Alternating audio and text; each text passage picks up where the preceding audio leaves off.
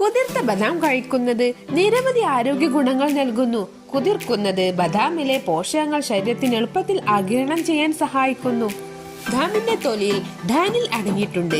ഇത് പോഷകങ്ങൾ ആഗിരണം ചെയ്യുന്നത് തടയുകയും ദഹനത്തെ ബുദ്ധിമുട്ടാക്കുകയും ചെയ്യും. കുതിർക്കുമ്പോൾ തൊലി എളുപ്പത്തിൽ നീക്കം ചെയ്യാം. ഇത് ദഹനം സുഗമമാക്കുന്നു. കുതിർക്കുന്നതിലൂടെ ഫൈനിക് ആസിഡ് പോലുള്ള ആന്റി ന്യൂട്രിയന്റുകൾ കുറയുന്നു.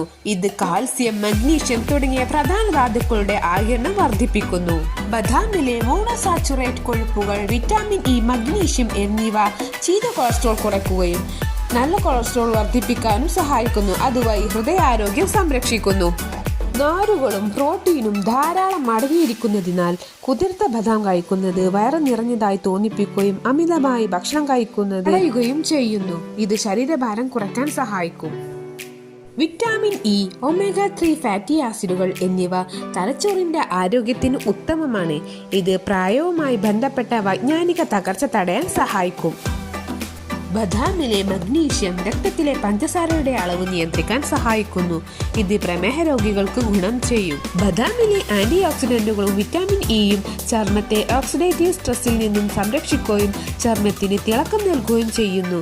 ദിവസവും രാവിലെ ഒഴിഞ്ഞ വയറ്റിൽ 5-10 കുതിർത്ത ബദാം കഴിക്കുന്നത് ഈ ഗുണങ്ങൾ പരമാവധി ലഭിക്കാൻ സഹായിക്കും. Thank you for watching.